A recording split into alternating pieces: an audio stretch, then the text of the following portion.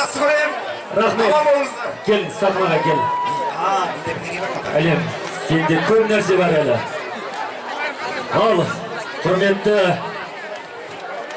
ауыл қонақтары, ауыл тұрғындары, арнайы осы сәтті пайдаланып, бүгін жыр толғаулар оқыған, бүгінгі сайыскерлеріміз бас жүлдені алған, керемет жүлделі орындар алған, арнайы сайыскерлерімізге арнайы алғыс хаттарын табыстайды. Өтініш содан кейін, өтініш.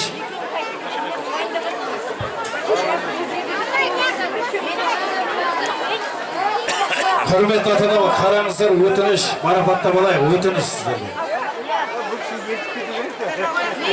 Ал қадірменді ағайын, олай болса, міне әлемнің өз қолынан бүгінгі сайыс жеңімпаздары Батырхан Маликовтың жүлдесі Өсерова Балжанды шақырамыз.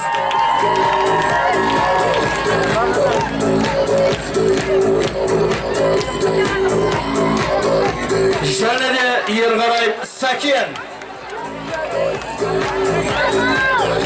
Ерғарай Сәкен, қайда?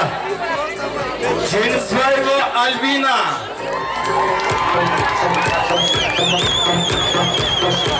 Оразымбетова Ақнұр Оражаннан келген. Қалыбекова Мақпира.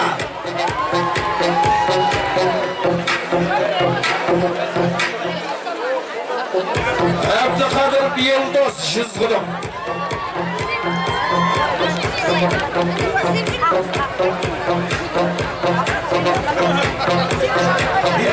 Рахмет, Батыр. Туған жерге келіп, мінеке, арнайлап, бүгінгі өзіңнің Көшемет қайда? Әкесі ортаға шығып кетті деп айыпқа көрмеңіздер, құрметті ағайындар, мына жерде өте тығыз таяң болғасын мен лажсыз жүгіріп шығуға мәжбүр болдым. Бүгін Инаят Нәжмадинов деген Батырханның нағашысының өлеңін оқыған менің нағашымның қызы Дәрия деген қыз бар еді, ол бар ма жоқ па бұл жерде білмеймін. Дәрия қайда? Мана Дәрия қызымызға Батырхан өзінің сыйлығын берді, кеш.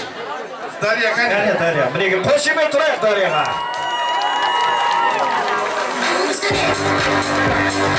Фото.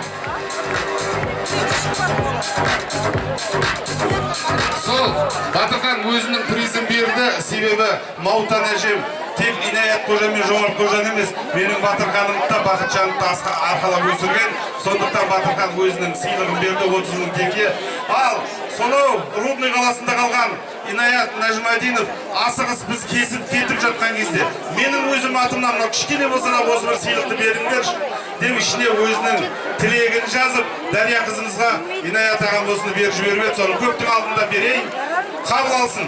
Мінеки Дәрия қызым, қабыл ал. Мен ортаға қадірменді ағайын, ауылымыздың имамы Қожабек қажы атамызбенен Айтуар ағамызды ортаға шақырайық. Батырхан келе ғой ортаға. Ауылымыздың ақсақалдары келе жатыр. Қане, ортамызда шайық, құрметті жастар. Жол ашыңыздар, ауыл ақсақалдарына. Кәнеге өтініш, жастар, мына жерден жол ашайық. Ақсақалдарымыз өткізіп жіберіңіздер.